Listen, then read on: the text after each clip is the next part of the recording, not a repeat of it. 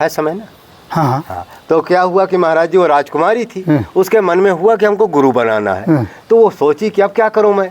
तो कुछ साले चोर जो होते हैं ना, चोर जो दुष्ट लोग होते हैं, सुन रहे थे कि ये भगवान से प्रार्थना करती है कि प्रभु मुझे गुरु मिला दो, गुरु मिला दो। और राजकुमारी घर से बाहर जा नहीं सकती, और वहीं से वो चोर जा रहे थे, ऊपर से नहीं ये होता सुन रहे थे। सुन लिया। तो वो सोचे कि अब इसको बेवकूफ बनाना है। तो कल जो बढ़िया साधु का भेष बना करके नकली साधु बना के पहुंच गए, आ गई। हाँ, और कहे कि आपकी राजकुमारी, हमने जो है सपना में समाधि में वो देखा कि आपकी जो राजकुमारी है गुरु के लिए जो है मैंने भगवान प्रार्थना कर रही थी, तो भगवान ने हमको आदेश दिया है कि जा करके गुरु मंत्र दे आओ।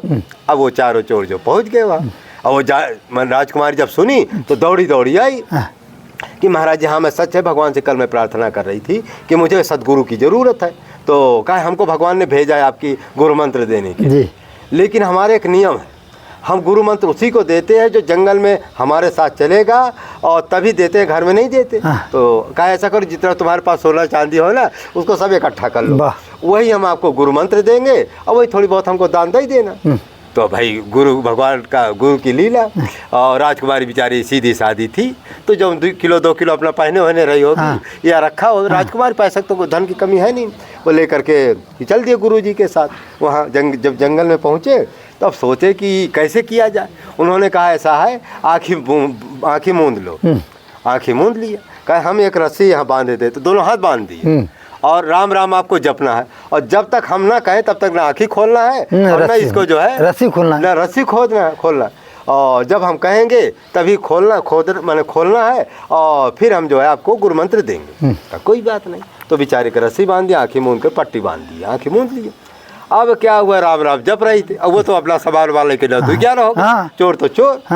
अब क्या हुआ, 1 दिन बीता, 2 दिन बीता, तीसरे दिन भगवान का सिंहासन हिलने लगा। अब नारद जी को भेजे, कहा जाकर पता लगाओ कौन ऐसा जप कर रहा, 3 दिन से बेचारा खाया पिया। यहाँ वो लड़की बेचारी बांधी और राम राम राम अपना जप रही थी गुरु की आज्ञा, जंगल में। जंगल में, और जंगल में है न शेर चीता भाई कुछ भी है वहाँ। तो भगवान का आदेश, नारद जी आए, कहा क्यों तुम क्या कर रही हो। कहा गुरु जी कह गए कि राम राम जपना, हम जब कहेंगे तभी आँखें खोलना, तब हम गुरु मंत्र देंगे आपको। अच्छा, कहा वो तो चोर थे चारों, वो भाग गए, अब कोई गुरु नहीं तुम्हारा, हम तुम्हारे खोले देते हैं तुम्हारा। कहा हम तुम्हारा खोले देते हैं, मालूम है कथा। बोलो। हाँ, तो कहा नहीं, जब वो गुरुजी हमारे आएंगे, जब खोलेंगे तभी हम आँखें खोलेंगे और तभी अपना बंधन खोलेंगे, नहीं हमारा ये खोल नहीं सकते हो। तो अब उतने में विष्णु भगवान आकर प्रकट हो गए। वो भी कहे कि बेटा वो जो चोर थे वो भाग गए। कहा नहीं वो हमारे गुरु हैं, और गुरु जी इतनी गुरु पर निष्ठा थी। तो गुरु की के प्रति इतना निष्ठा, मतलब भगवान खड़े हैं फिर भी ना आँखें खोल रही है और ना बंधन खुलवा रही है। ना बंधन खुलवा रही है। तो नारद जी से कहा जाकर पकड़ लाओ चारों चोरों को। देखो कहाँ है चोर। तो अब नारद जी घूमने लगे, अपना बीड़ा उड़ा अंतर ध्यान। तो कहीं गए तो वहाँ अपना 3-5 कर रहे थे। बैठे थे अपना गपशप कर रहे थे। कहा चलो वहाँ तुमने जो है किसी लड़की राजकुमारी को बांधा, बात करके भाग आए हो, चलो। तो सोचे कि कोई राजा वाजा ना आ गया हो कुछ क्या। तो फिर उन्होंने समझाया कहीं कुछ नहीं है, वो ऐसा है, भगवान भी वहाँ आ गए हैं और हम तो नारद जी है, और तुम्हारे बिना न वो कुछ माने न कुछ खा रही न पी, 3 दिन हो कुछ खाया पिया भी नहीं। अरे राम राम। और राम नाम जब भी रहे और बंधन नहीं खोलो, तुमको चलना ही पड़ेगा। फिर समझाया बुझाया नारद जी, फिर चल वहाँ देखे तो भगवान तो नहीं उसको दिखाई दे रहे, फिर भी उसको अपना खोल खाल दिए। भगवान बुद्धि सात्विक आ गई ना। तो जब खुली तो उतने में जब वो नेत्र खोली राजकुमारी, तो भगवान सामने खड़े। वाह। कहा प्रभु, फिर भी गुरु जी को ही दंडवती कर रही। कहा प्रभु आप गुरु जी की कृपा से आप मिले हैं, इसलिए पहले गुरु जी को मैं प्रणाम करूं, फिर तुमको प्रणाम करूं। तो जो चारों चोर थे, कहा तुमको भगवान दिख रहे हैं लेकिन हमको नहीं दिख रहे। तो भगवान कह रहे हैं कि तुमको हम नहीं दिखाई दे सकते, वो केवल हम अपनी कन्या को ही दिखाई, मैंने अपनी भक्तिन को ही दिखाई। तो फिर वो चारों चोरों ने कहा कि मैंने अपनी शिष्या से कि तुम हमारी सच्ची शिष्या हो तो भगवान से कहो कि हमको भी दिखाई दे। तो जब भक्त आग्रह करे तो भगवान को दर्शन देना पड़े। फिर भगवान देखो वो चोरों को भी चारों को दर्शन दिया, उनको भी दर्शन दिया। महाराज चारों चोर महात्मा बन गए। वो तो 4 चोर महात्मा बन गए, उसका धन सब वापस कर दिया, सद्बुद्धि हो गई उनकी।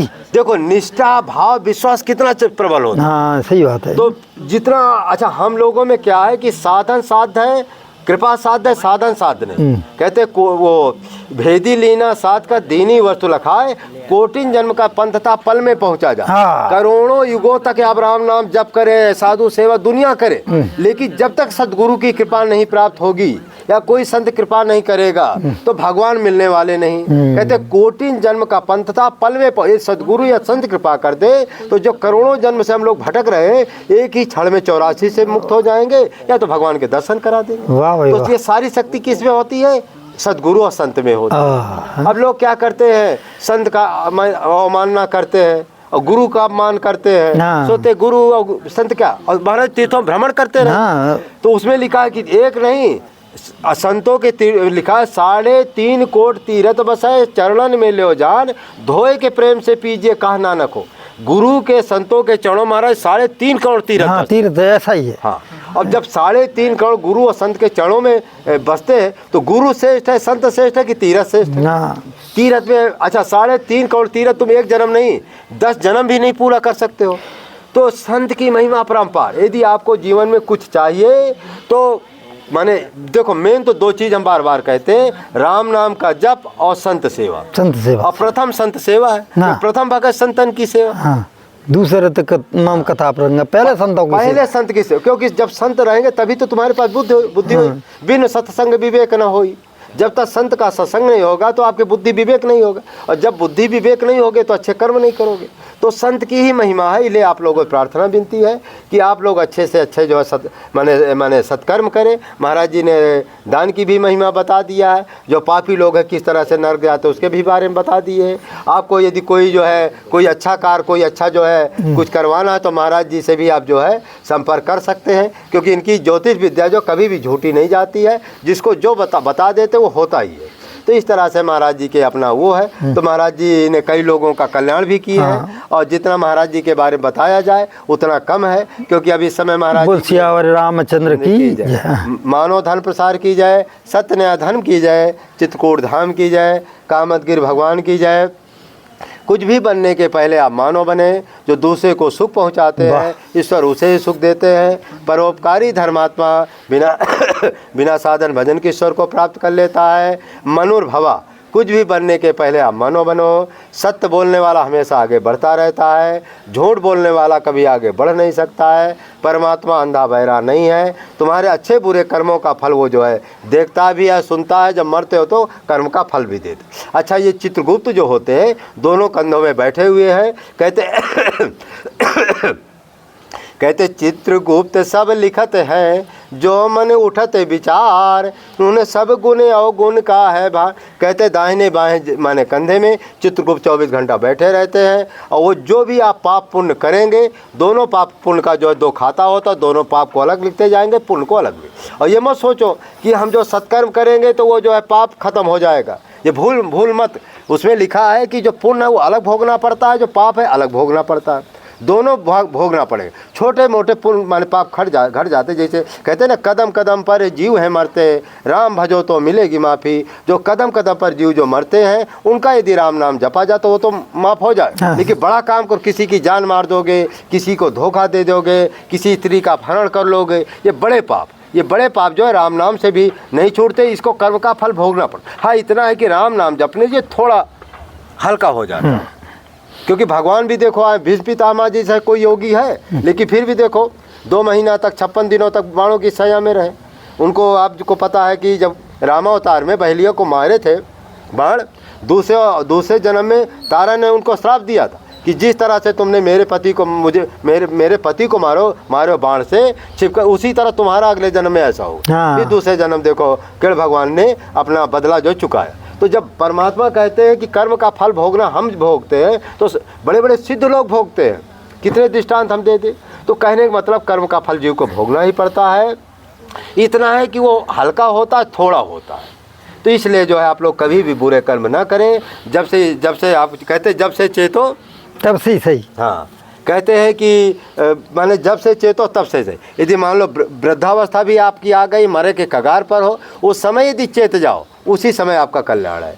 क्योंकि पुण्य पाप परमात्मा, अच्छा परमात्मा क्या कहते, प्रायश्चित से बढ़कर संसार में कुछ नहीं है। यदि मरने का समय है, यदि आपने बहुत पाप भी किया है, यदि रोओगे, गाओगे, वो माने प्रायश्चित करोगे, आंसू बहाओगे और वो गलत काम नहीं करोगे, यदि भगवान धन संपत्ति दिए, दीन दुखी साधु संतों की सेवा करो, तो मरते दम एक क्षण का पुण्य जो परमात्मा क्या पहुंचा देता। ऐसा वो महाराज नहीं आता है रामर्चा में, एक जो है फूल जो है कहाँ से कहाँ पहुँचा दिया। तो इसलिए आप लोगों को प्रार्थना विनती है कि आप लोग संतों की सेवा करें और राम नाम का जप करें किसी अच्छे महात्माओं से लेकर के। इसलिए जितना कहा जाए उतना कम है। हाँ, मानव धर्म का उद्देश्य क्या है कि मानव एक जाति है, मानवता ही एक धर्म है। सभी धर्म संप्रदायों के संतों प्रवर्तकों का समादर करना, अनाचार दुराचार भ्रष्टाचार को मिटाना, समाज में फैली हुई कुरीतियों आडंबरों के विरुद्ध संघर्ष करना, छुआछूत रंग भेद का भेदभाव मिटाना।